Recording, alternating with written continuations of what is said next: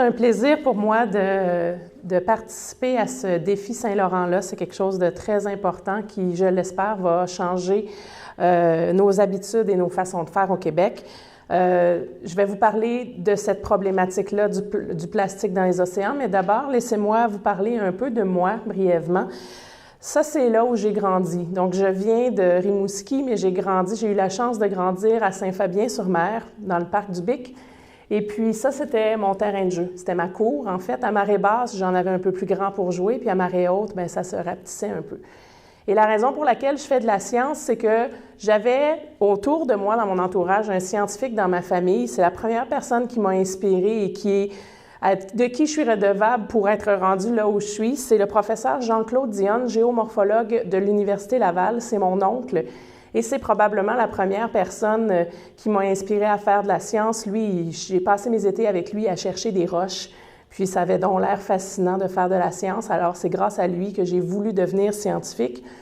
Grâce aussi à quelque chose de peut-être un peu moins prestigieux, mais tout aussi vrai, ce film-là, La grenouille et la baleine, ça trahit un peu mon âge, mais nous, à Rimouski, c'était très populaire parce que l'actrice principale, Fanny Lausier, venait de Rimouski. Alors, tous les enfants de mon âge ont vu ce film-là et voulaient tous être Fanny Lausier, la petite fille qui... Oui? Ah, c'est bizarre. Donc, voulaient tous être Fanny Lausier, la petite fille qui nage avec les dauphins, mais moi, dans ce film-là, je voulais être la femme qui est à gauche sur la photo. La scientifique, elle m'impressionnait beaucoup. Elle avait un hydrophone, elle écoutait le chant des baleines et elle avait un laboratoire dans les fabuleux jardins de Métis. Donc, j'ai voulu être cette femme-là dès ma tendre enfance. Et puis, lui aussi m'a inspiré beaucoup. Je ne sais pas si vous le reconnaissez, peut-être pas. Des fois, il est plus facile à reconnaître avec son petit chapeau rouge. C'est le commandant Jacques-Yves Cousteau. Jacques-Yves Cousteau qui est venu au Québec avec son bateau quand moi, j'avais 4 ans. Et puis, il était passé par chez moi à Rimouski. J'étais allée visiter son bateau.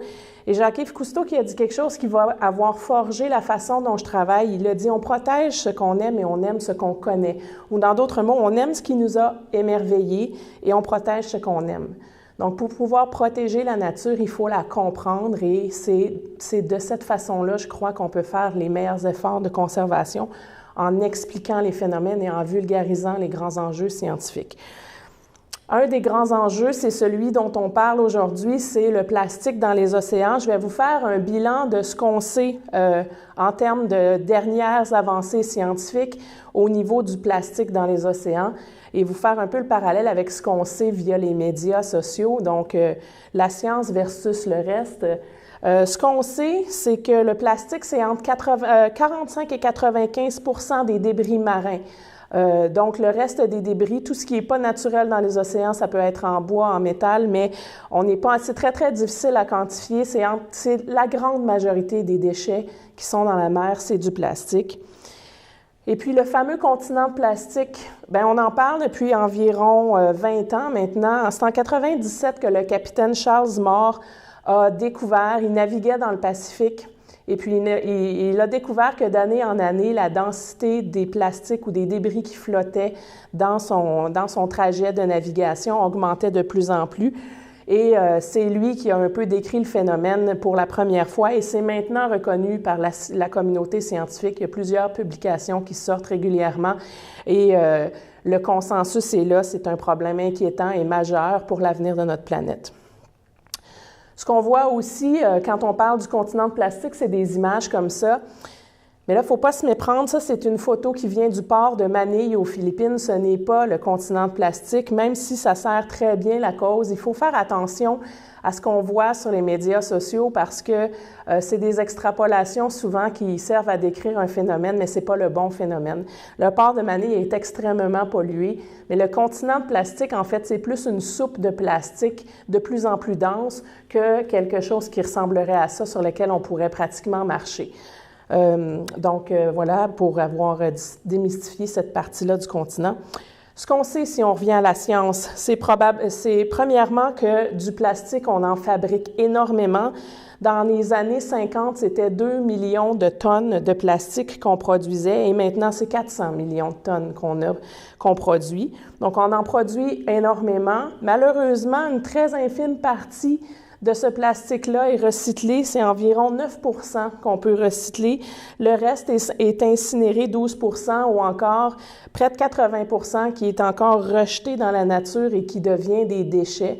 Donc, on en produit énormément, puis malheureusement, le recyclage, c'est bien beau, mais on n'en fait pas assez. Et puis, bien, ce que ça donne comme résultat, c'est qu'en 2015, on a 6,3 milliards de tonnes de déchets qui sont accumulés sur notre planète. Et si la tendance se maintient, ce sera 12 milliards de tonnes en 2050. Donc, le problème est majeur. Et pour vous donner une analogie, des fois, c'est plus facile à comprendre. Bien, on déverse en déchets dans la mer l'équivalent d'un camion à ordures chaque minute sur la planète. Donc, les chiffres, là, présentement, c'est ça. D'où est-ce que ça vient? Bien, la plus grande source de déchets marins, premièrement, 80 % de tous les déchets qu'on retrouve dans la mer sont d'origine terrestre. Alors, il est faux de croire ou de penser que c'est les bateaux qui balancent leurs déchets à la mer. Il y a probablement un peu de ça, mais la grande majorité des déchets qu'on retrouve dans la mer, ils viennent de la partie terrestre de notre planète. La plus grande source, ce sont évidemment les zones côtières qui sont le plus proches des océans. Les deux plus grandes zones côtières qui produisent ces déchets de plastique, c'est l'Asie, entre autres la Chine et les États-Unis. Et 90 % du plastique provient de seulement 10 rivières dans le monde. Il y en a 8 en Asie, 2 en Afrique. Et puis en 2015, si on regarde au niveau des secteurs industriels qui produisent ce plastique-là, les grands pollueurs, c'était en majorité le secteur des emballages en plastique, puis ensuite les textiles et les produits de consommation. Donc ça vous fait un peu le topo de où ce plastique-là vient sur la planète. Il y a combien de plastique dans les océans? C'est très difficile à quantifier, ça aussi. On voit passer toutes sortes de chiffres sur les médias sociaux, mais dans les faits, scientifiquement, c'est très difficile. Principalement parce qu'il y a des plastiques qui flottent et puis il y a des plastiques qui coulent au fond. Donc, quand on échantillonne, souvent on va prendre des chaluts ou des filets qui vont échantillonner la surface, mais il y a tellement de sortes de plastiques différents qu'on a du mal à faire des extrapolations sur ce qu'on a recueilli avec un filet à la surface versus tout le reste du plastique qui est peut-être au fond de l'eau. On ignore présentement où finissent 95 % des débris de plastique qu'il y a dans la mer. Donc, ce qu'on est capable de quantifier, c'est juste le 5 % qu'on est capable de ramasser, de collecter et puis d'analyser. Combien de temps le plastique perdure dans l'écosystème? Ça aussi, c'est difficile à quantifier. On voit souvent passer des chiffres sur le plastique dure 500 ans, 1000 ans ou... Ce qu'on sait, c'est que ça dépend de la taille, ça dépend de la masse, ça dépend de l'environnement dans lequel le plastique se retrouve. Et puis, ce qu'on sait aussi, par contre, c'est que c'est très long à se décomposer. Et comme on a inventé le plastique dans les années 50, tout le plastique qu'on a produit à date, créé, existe encore d'une façon ou d'une autre et n'est pas dégradé dans les océans. Ça, c'est ce qu'on sait. Un autre mythe dont on entend souvent parler, et là, je ne sais pas pourquoi mes diapos sont jaunes, mais ça va sûrement revenir à un moment donné. En fait, oui, un autre mythe dont on entend souvent parler, c'est celui qu'il y aurait une île de plastique dans le Pacifique, le fameux continent de plastique, qui serait à peu près de la taille du Texas. En fait, c'est beaucoup plus une soupe de plastique qu'une île. Il y a des millions de particules de plastique qui s'accumulent dans l'eau du Pacifique, mais ce n'est pas un continent sur lequel on peut mettre les pieds ou marcher.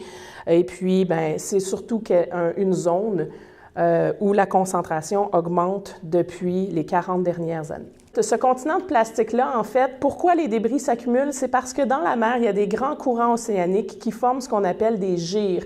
Des gyres, c'est des grands tourbillons de courants marins qui font que ça fait un peu comme quand on flush la toilette, les débris vont se concentrer au centre de ce tourbillon-là. Donc, dans le Pacifique, par exemple, là où on a décrit le continent de plastique, bien, il y a de ces courants marins-là qui créent une gyre qui tourne dans le même sens que les aiguilles d'une montre. et puis qui concentre au milieu de plus en plus de débris de plastique. Donc, c'est ça le continent de plastique, c'est pas un continent réellement physique sur lequel on peut mettre les pieds. Et des gires comme ça, il y en a dans tous les océans du monde. Il y a des projets de recherche, en fait, qui expliquent où est-ce que ça s'en va, ce plastique-là. Donc, une fois qu'on l'a produit sur Terre, 80% d'origine terrestre, et qu'ensuite, ça se retrouve à la mer et ça se concentre à cause des courants marins, où est-ce que ça s'en va? Bien, justement, ça suit les courants marins. Et puis, il y a des études ou des équipes de recherche, comme l'équipe de A-Drift, par exemple, en Australie, qui a modélisé où vont ces particules de plastique-là quand elles s'accumulent dans le Pacifique. Et puis, ce que vous voyez à droite, c'est une carte où on a fait une simulation. On a relargué des débris de plastique au large du Japon. Et vous voyez, la première année, c'est rouge, la deuxième année, c'est orange, ensuite, ça devient jaune, turquoise, bleu et mauve. En fait, ça prend 7 ans faire le tour de la gire ou le tour de l'océan Pacifique. Mais à chaque année, il y a du nouveau plastique qui rentre dans ce tourbillon-là et c'est pour ça que ça se concentre au milieu. Mais normalement, ça prend environ, pour l'océan Pacifique, 7 ans pour faire le tour.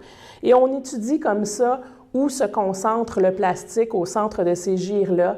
Et comme je vous le disais, des gires, il y en a maintenant 5. Il y en a une dans l'Atlantique Nord, une dans le Pacifique Nord. Le Pacifique, c'est là où on l'a décrit en premier. Mais il y a Pacifique Nord, Pacifique Sud, Atlantique Nord, Atlantique Sud et Océan Indien, ça en fait 5.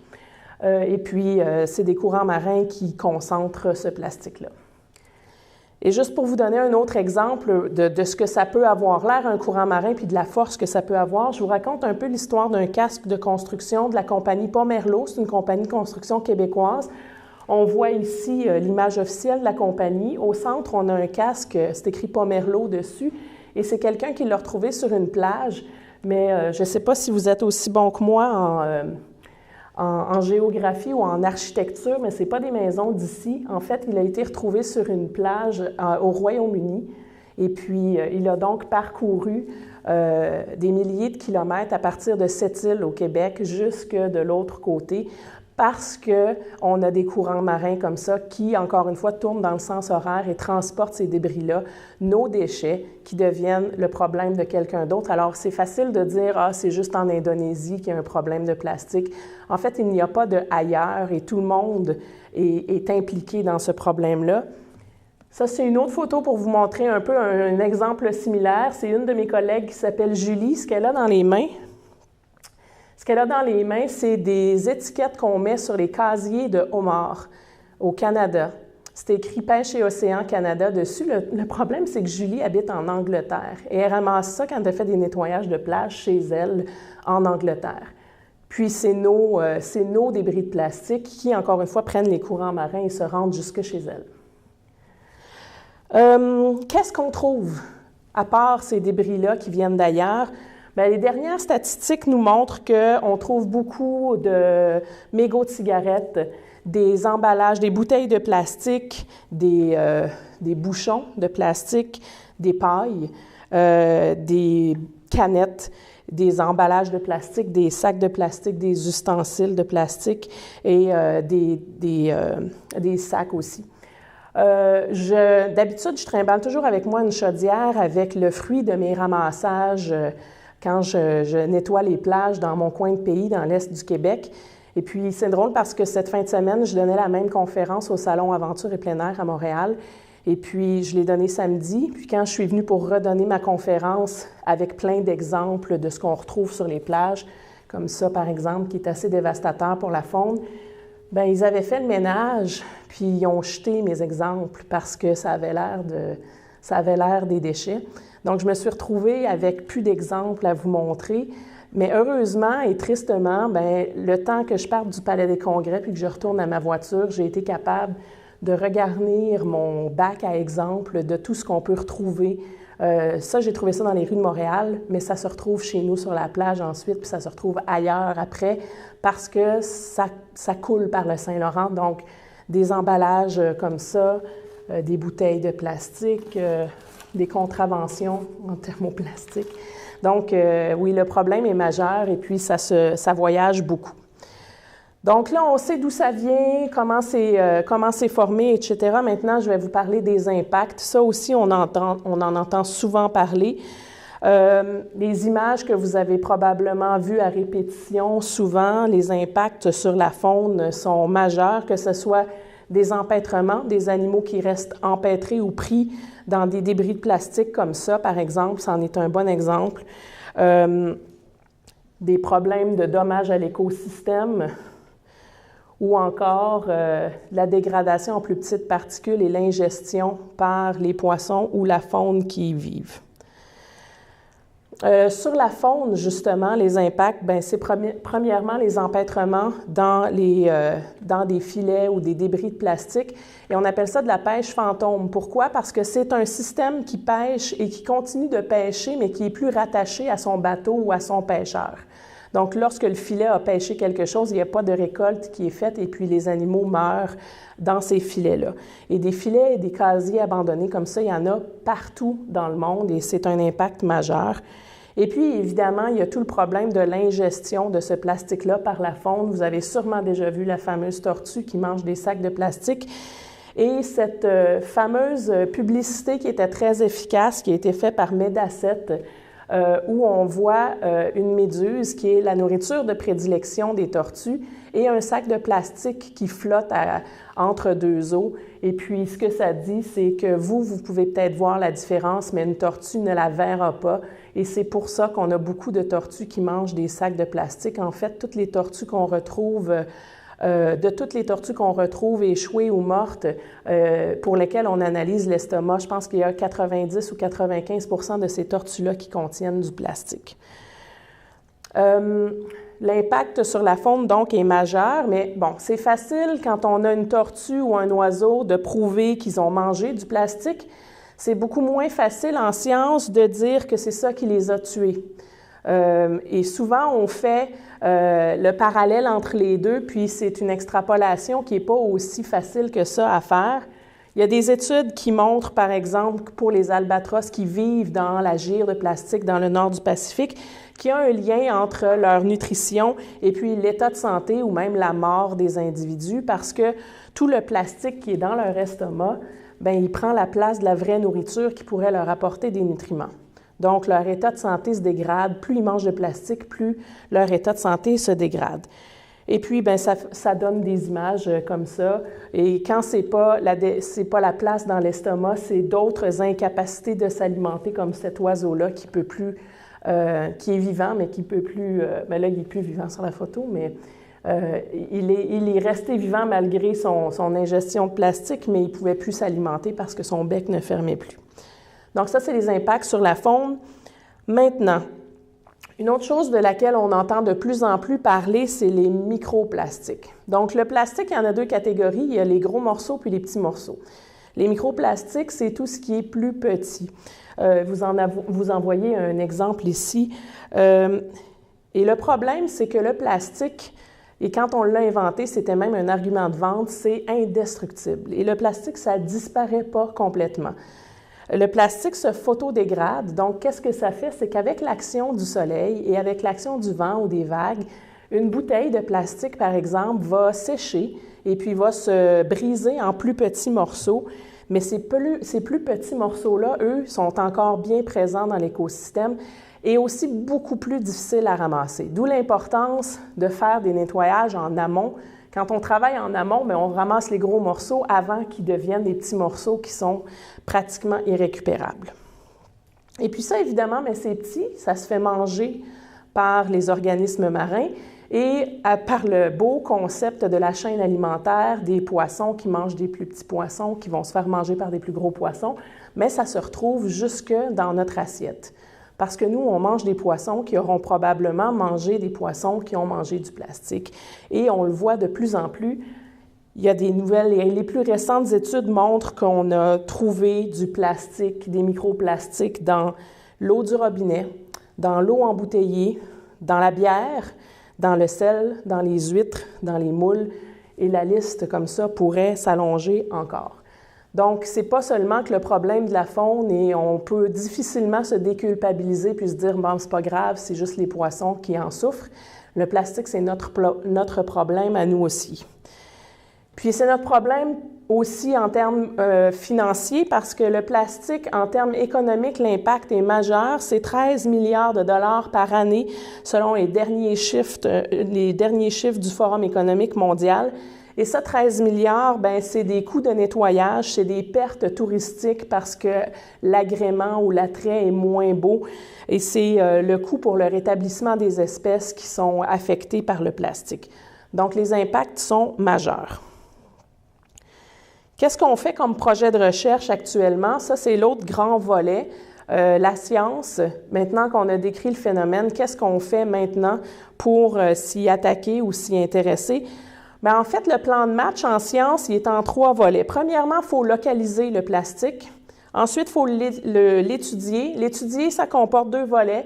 Quantifier, donc savoir combien il y en a, puis qualifier de quel type de plastique il s'agit. Ça, c'est les études. Puis ensuite, une étape qui est très importante, et c'est tout le volet de la conservation, c'est éduquer les gens. Rappelez-vous ce que Cousteau disait, on protège ce qu'on aime et on aime ce qu'on connaît. Donc, la connaissance est là, puis ensuite, bien, il faut éduquer les gens ou transmettre cette connaissance-là pour pouvoir avoir un impact significatif et faire une réelle différence. Je vous présente quelques projets qui s'attaquent à cette problématique-là un peu partout dans le monde. Premièrement, le projet 5 Gyres ou 5 gyres. Pourquoi? Parce que c'est probablement les premiers qui ont été avec un chercheur qui s'appelle Marcus Ericsson, qui ont été à l'avant-plan pour étudier et localiser, documenter le plastique dans les océans. Ils le font depuis maintenant plusieurs années et je vais vous donner un petit aperçu de ce que ça a l'air. Ils travaillent dans les 5 gyres de plastique un peu partout dans le monde. Puis pour documenter, ils utilisent ce qu'on appelle des chaluts manta. Donc, c'est une sorte de chalut ou un filet qu'on fait traîner dans l'eau à la suite d'un bateau qui va naviguer à environ 7 ou 10 nœuds. Et puis, le filet est à la surface. Donc, ce qu'on réussit à quantifier, encore une fois, ce n'est pas ce qui est dans le fond, mais c'est vraiment ce qui est à la surface.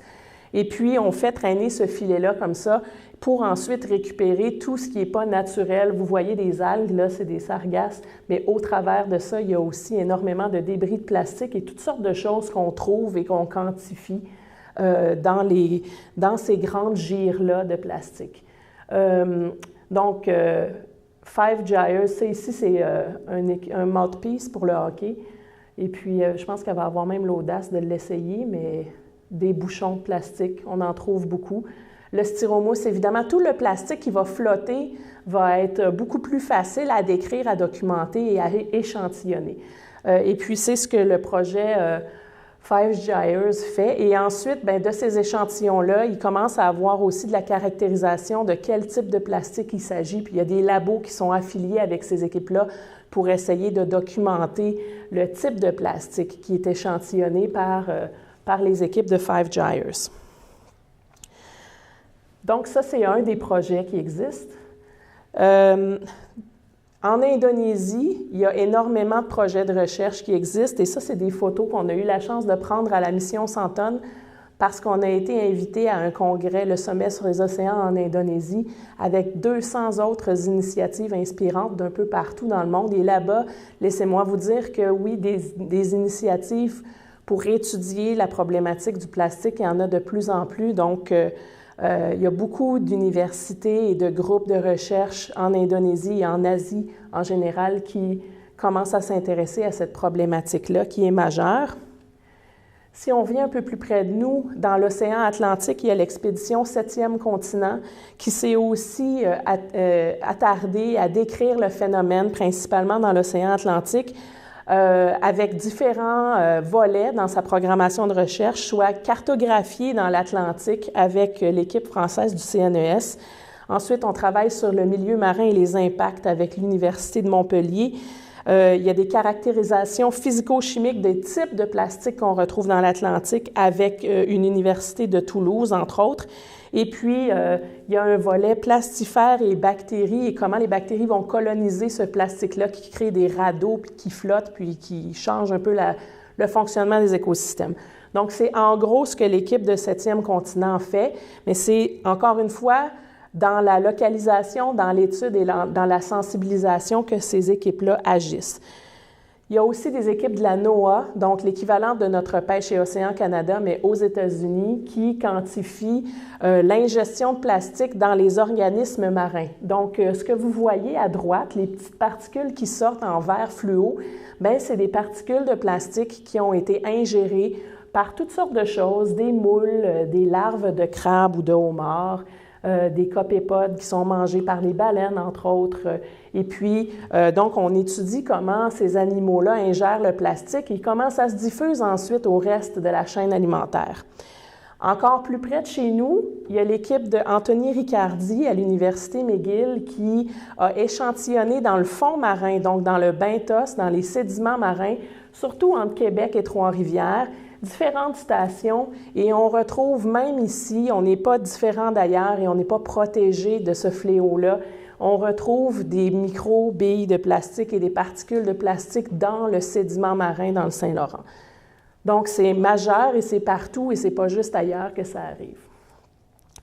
Il y a aussi des études très récentes, une étude de Sarah-Jeanne Royer qui est française mais qui a passé par le Québec. Elle travaille maintenant à l'Université d'Hawaï, qui a publié récemment une étude qui démontre que le plastique, en se dégradant, produit aussi des gaz à effet de serre. Donc, ce n'est pas seulement que les impacts sur la faune ou sur l'ingestion, mais même quand ce plastique-là n'est pas ingéré, il a des impacts sur les changements climatiques et notre réchauffement planétaire. Donc, ce qu'elle explique dans son article qui est paru, je pense que ça fait en août 2018, c'est que les plastiques en se dégradant produisent différents types de gaz à effet de serre, mais entre autres le méthane. Et le problème avec le méthane, c'est que c'est 20 des gaz à effet de serre sur notre planète en ce moment. Et puis le méthane est 21 fois plus puissant que le dioxyde de carbone ou le CO2 dans sa capacité à créer justement cet effet de serre. Et puis le plastique produit énormément de méthane. Et ça, c'est une étude qui va probablement changer encore plus notre façon de voir le problème. On dirait qu'il y a comme une couche qui se rajoute à ce fléau-là. Et puis, c'est très intéressant de voir à quel point les impacts sont diversifiés et majeurs quand on parle de plastique dans les océans. Sinon, bien, d'autres projets à l'ONU, entre autres, on a une panoplie. L'ONU fait pas beaucoup de projets de recherche, mais va faciliter la création et le déroulement de plein de projets partout dans le monde, surtout en éducation. Ils ont fait d'ailleurs, il y a quelques années, un cours sur l'origine et les impacts du plastique et la gestion des matières résiduelles. Et ça, ici sur la carte, c'est les gens dans le monde qui ont soumis un projet pour pouvoir être financés ou aidés par l'ONU pour s'attaquer au problème du plastique dans les océans. Donc, c'est vraiment majeur. Et puis, sans avoir des projets de recherche particuliers, ils font la promotion et ils aident la mise en place de projets partout dans le monde pour s'attaquer à ce fléau-là du plastique. Même chose du côté européen, surtout en Méditerranée. J'ai recensé dans le système, il y a un gros système de financement en Europe qui s'appelle maintenant Horizon 2020. Avant, ça s'appelait des projets FP7 de l'Union européenne. Et puis, il y a 15 projets présentement en Europe qui sont financés et qui étudient la problématique du plastique dans les océans. Ça va de la biotransformation des polymères, comment on peut dégrader ce plastique-là, en passant par les contaminants dans les fruits de mer, des initiatives de nettoyage, l'observation, la quantification, la localisation de ce plastique-là et surtout comment gérer notre production et nos rejets de plastique. Et il y a certains de ces projets-là qui proposent même des applications pour les téléphones intelligents où on peut soit organiser des nettoyages ou encore documenter ce qu'on voit. Ça, c'est une application qui s'appelle Marine Litter Watch qui permet justement d'identifier ce qu'on voit sur différentes parties du territoire autour de la Méditerranée. Il y a beaucoup de recherches qui se fait. Vous aurez remarqué qu'il y en a beaucoup, mais il y en a très peu au Québec, malgré toute l'expertise qu'on a. Pourquoi c'est important de faire ça? Vous savez, nous, les écologistes, longtemps, on a crié haut et fort que c'était important de protéger la nature, puis souvent, on passait pour des écolos qui aiment les animaux.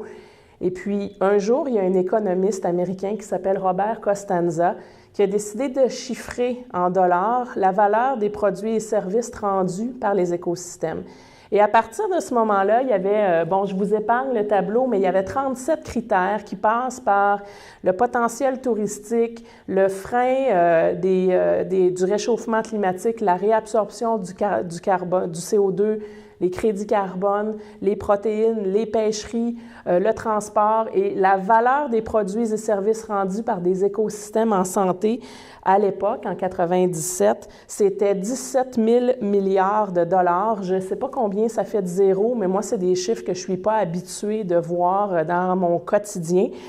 Et puis ça, c'est seulement pour les milieux côtiers. Donc, les estuaires, les récifs coralliens, tout ce qu'on a de côtier, ce n'est pas les écosystèmes terrestres. Donc, ça, c'est la valeur de nos océans lorsqu'ils sont en santé. Et évidemment, c'est un chiffre qu'on devrait réviser parce que ça date de 97.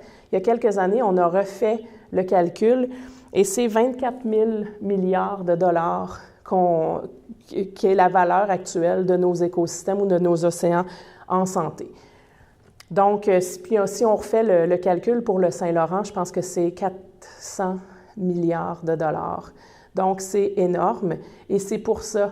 Donc, au-delà du fait qu'il faut protéger la nature, c'est pour des raisons économiques aussi et notre futur économique qu'il faut protéger ces océans-là.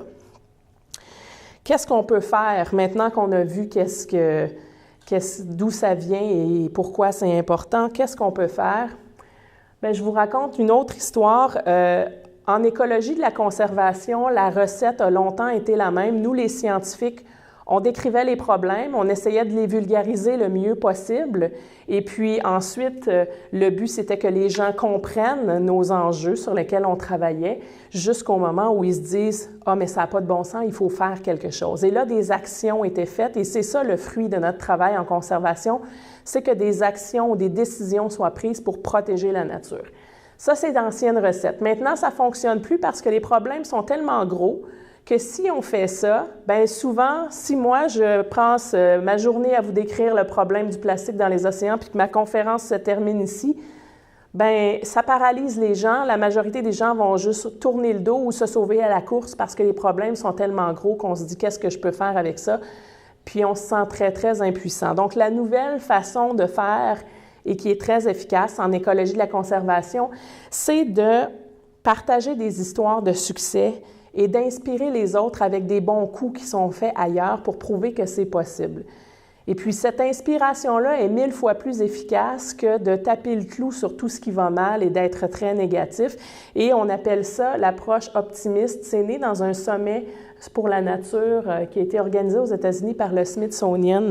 Et puis, l'idée de base, c'était que si on est optimiste, et puis si on se fie par exemple, parce que Martin Luther King Jr. a dit « I have a dream », il n'a pas dit « j'ai un problème », il a dit « j'ai un rêve ». Et puis partager cet espoir-là, c'est beaucoup plus efficace dans nos actions que de taper le clou sur tout ce qui va mal. Et puis, il y en a plein des belles initiatives, puis il y en a plein des bons coups à partager.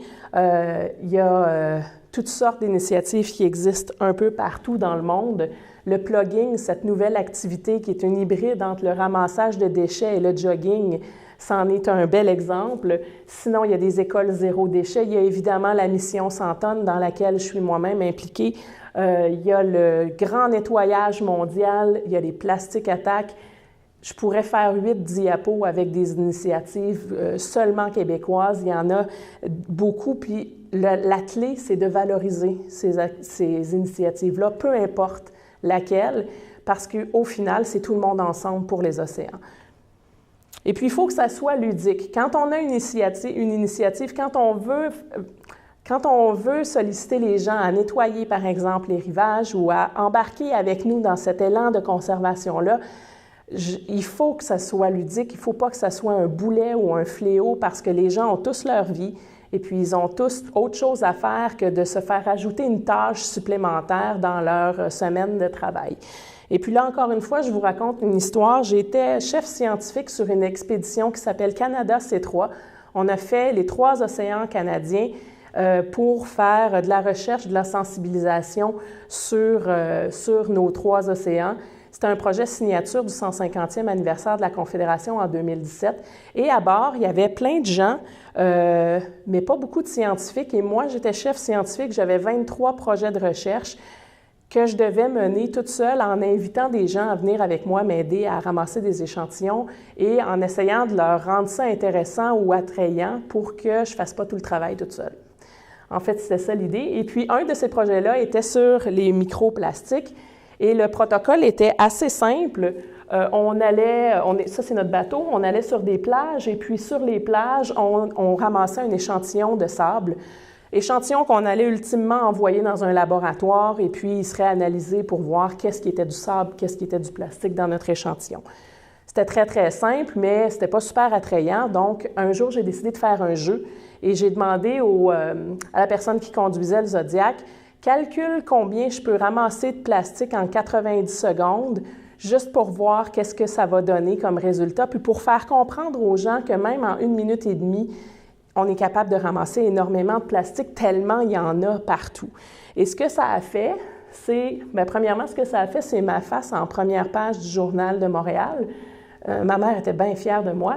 Et puis, à ceux qui se destinent peut-être à faire de l'infographie dans la vie, regardez comment ils ont fait le montage de la première page. C'est écrit « Crime haineux en hausse », puis après, il y a ma face. En fait, la nouvelle par rapport à cette activité-là est en dessous, 2 litres de déchets en 90 secondes, c'est ça qu'on avait ramassé. Mais ça, c'était un jeu, c'était aucunement scientifique, mais ça nous permettait au moins de faire comprendre l'enjeu. Donc, la science, oui, c'est important de ramasser ces échantillons-là, mais c'est important aussi de rendre ça attrayant, compréhensible et un peu ludique pour que les gens puissent embarquer avec nous dans nos efforts de conservation. Puis être ludique, puis éduquer les gens, c'est un peu ce que le défi Saint-Laurent veut faire. Et en terminant, mais je vous parle un peu de ce défi Saint-Laurent-là qui va être annoncé dans quelques jours. Je pense que c'est le 22 mars, exactement le 22 mars où on va avoir le lancement officiel. C'est une initiative qui est née de Stratégie Saint-Laurent. Et qu'est-ce que c'est le défi Saint-Laurent? Bien, en gros, c'est premièrement sensibiliser les gens à la problématique du plastique dans notre Saint-Laurent. C'est sensibiliser 3 groupes de personnes. Premièrement, les citoyens, par des quiz, des conférences ou des événements comme celui-ci. Ensuite, les écoles. On a des trousses éducatives, on a des trousses pédagogiques, des événements aussi pour les élèves dans les écoles parce que c'est notre avenir, ces enfants-là. Il faut les sensibiliser aux problèmes et les éduquer à ce problème-là. Et finalement, va être très important, l'industrie et le tourisme, encore une fois, les sensibiliser en leur produisant des fiches informatives et des conférences pour qu'ils puissent comprendre la problématique du plastique et voir comment eux peuvent faire une différence aussi. Et faire une différence, c'est justement le deuxième volet du défi Saint-Laurent, mais c'est la mobilisation. Encore une fois, dans 3 groupes de personnes, nos citoyens, où on va avoir un passeport d'engagement, des nettoyages qui vont être organisés. Donc, les citoyens vont pouvoir s'impliquer et s'engager à protéger ou à nettoyer le Saint-Laurent de son plastique. Même chose pour les écoles, un passeport pour les élèves et puis des nettoyages seront organisés dans des écoles au Québec. Et finalement, au niveau du tourisme, il va y avoir des niveaux d'engagement officiels. Donc, on va avoir des ambassadeurs de la protection du Saint-Laurent à 5 niveaux différents, dépendamment du niveau d'implication dans le défi Saint-Laurent. Donc, il va y avoir un niveau étoile de mer, barre rayée, épaulard. On a 5 niveaux comme ça. Et puis, ça va être des offres de conférences, de la participation à des nettoyages et aussi l'implication des employés dans l'industrie touristique pour mettre la main à la pâte et s'assurer que ce tourisme-là, qui dépend de la nature qui est belle, puisse perdurer dans le temps avec un Saint-Laurent qui est en santé. Parce que le Saint-Laurent, c'est un joyau qu'on a ici et c'est aussi l'héritage qu'on laisse à nos enfants. Et au-delà de sa valeur économique en tourisme et de la beauté qu'on apprécie du Saint-Laurent, on le laisse aussi. Et puis, l'idée, ce serait de le laisser au moins en aussi bon état, sinon en meilleur état que l'état dans lequel on l'a reçu. Et puis pour ça, bien, il faut travailler ensemble. On n'a plus le luxe de travailler chacun en silo, chacun de son côté. Et puis, il faut travailler ensemble pour le protéger le mieux possible. Souvent, ce que je dis, c'est « attendez pas la solution parfaite », parce qu'il n'y en a pas des solutions parfaites. C'est facile de critiquer une idée qui n'a pas marché complètement, parfaitement. Mais si on attend que quelque chose soit parfait, on va rester assis, tout le monde, ici, là, sur nos chaises, puis il n'y a rien qui va se passer. Donc, il faut faire quelque chose. Tous ceux qui ont des idées ont des bonnes idées, et puis il faut absolument travailler ensemble à développer ces idées-là pour avoir une mosaïque de solutions pour protéger le Saint-Laurent le plus possible. Il faut travailler, il faut changer la compétition en collaboration, tout le monde ensemble pour le Saint-Laurent, puis c'est comme ça qu'on va être le plus efficace. Tout le monde a sa raison. Moi, ma raison à moi, c'est celle-là. C'est mes 2 filles. Je veux absolument leur laisser une planète qui est meilleure que celle que j'ai eu la chance d'avoir. Je veux qu'elles aussi soient capables d'aller à Saint-Fabien-sur-Mer puis d'apprécier le paysage, le décor, puis qu'ils ne fassent pas juste des châteaux de sable dans des morceaux de plastique. C'est vrai pour nos enfants, c'est vrai pour les enfants de partout dans le monde. Puis, ils étaient 65 000 il y a 2 jours à Montréal à nous dire qu'eux aussi, ils veulent une planète en santé. Ils étaient 150 000 au Québec à nous dire la même chose. Alors, je pense qu'on leur doit au moins ça, faire tout ce qu'on peut, faire tous les efforts qu'on peut pour essayer de protéger notre nature et leur laisser une planète qui est en santé. Et en terminant, je veux vous montrer une autre histoire. Parce que je suis en écologie des mammifères marins, puis que souvent on travaille dans un milieu qui est ultra compétitif, je vous raconte l'histoire de ces 12 épaulards-là qui étaient pris dans la glace en 2012 dans le nord du Québec, au Nunavik. C'est un ami, Tommy Palliser, qui m'a donné la vidéo. Et puis, ces épaulards-là, c'est des mammifères marins. Donc, pour survivre, ils doivent respirer. Un épaulard, ça doit respirer environ toutes les 20 minutes. Là, ils étaient pris dans une banquise où il y avait juste un petit trou pour que tout le monde, les 12, puissent aller respirer. C'était très compliqué, alors on aurait pu croire que la meilleure façon de s'en sortir, c'est de se battre pour l'espace, et puis le plus fort, bien, réussit à aller respirer, puis tant pis pour les autres. Mais c'est pas ça qui arrivait. En fait, chacun de ces épaulards-là sacrifiait un peu de son bonheur ou son bien-être personnel pour s'assurer que tout le monde dans le groupe ait la chance d'aller respirer. Et ça, bien, en anglais, ça s'appelle un killer whale. Un épaulard, ils font pas ça pour être gentils. Hein? C'est pas parce que c'est cute et gentil, c'est parce que c'est probablement leur meilleure stratégie de survie en tant qu'espèce. Je pense qu'il y a quelque chose d'inspirant là-dedans. La collaboration, c'est pas juste une question de gentillesse. Pour le Saint-Laurent, pour la protection de la nature, c'est la même chose. C'est peut-être une question de survie. On n'a plus le luxe de travailler en silo. Il faut travailler en collaboration pour survivre sur notre planète. Et je pense que les épaulards en ont beaucoup à nous apprendre à ce sujet-là. Donc voilà, c'était ma conférence sur le plastique. Je vous remercie beaucoup et je remercie le plan d'action Saint-Laurent qui a rendu possible le développement de ce projet-là qui va s'initier dans quelques jours. Merci.